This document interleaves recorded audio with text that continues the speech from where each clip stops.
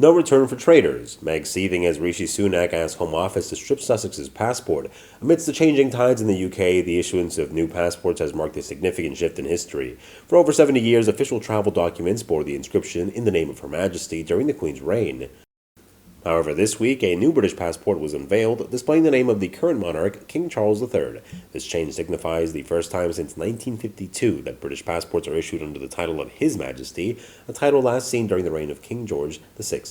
Home Secretary Sola Braverman emphasized the historic importance of this moment, stating that it marks a new era in UK history.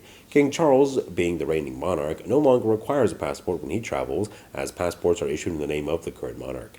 When he was Prince of Wales, he did need a passport, but now as king, that requirement no longer applies. The first page of the new passport proudly displays the royal arms, accompanied by a different inscription. All UK passports will now read, "His Britannic Majesty's Secretary of State requests and requires, in the name of His Majesty, all those whom it may concern, to allow the bearer to pass freely without let or hindrance, and to afford the bearer such assistance and protection as may be necessary."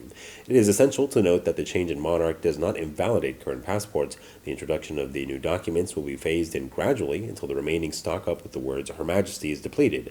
The decision to use up the remaining stamps featuring the late Queen was made by King Charles to ensure no waste. Shifting our focus to Prince Harry and Meghan Markle's living situation, Buckingham Palace has officially confirmed that the Duke and Duchess of Sussex have moved out of Frogmore Cottage, which was their UK residence, 3 months after the news broke that they were asked to vacate. The annual sovereign grant report revealed details of the royal family's spending for the year, and during a press briefing, Keeper of the Privy Purse Michael Stevens addressed the status of Frogmore Cottage. Moreover, Prince Harry declared that he and Meghan will never move back to the UK or become full-time working members of the royal family ever again. This announcement came shortly after hinting that they would not relinquish their official titles.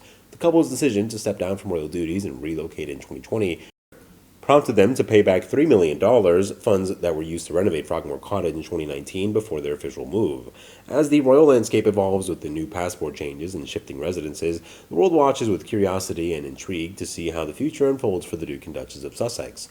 Before that, Rishi Sunak, the Prime Minister of the UK, plans to give the country's broadcasting watchdog, Office of the Communications, commonly known as Ofcom, the authority to take on Netflix for the first time, amidst the row about accuracy in its documentary on Prince Harry and Meghan Markle, according to The Telegraph.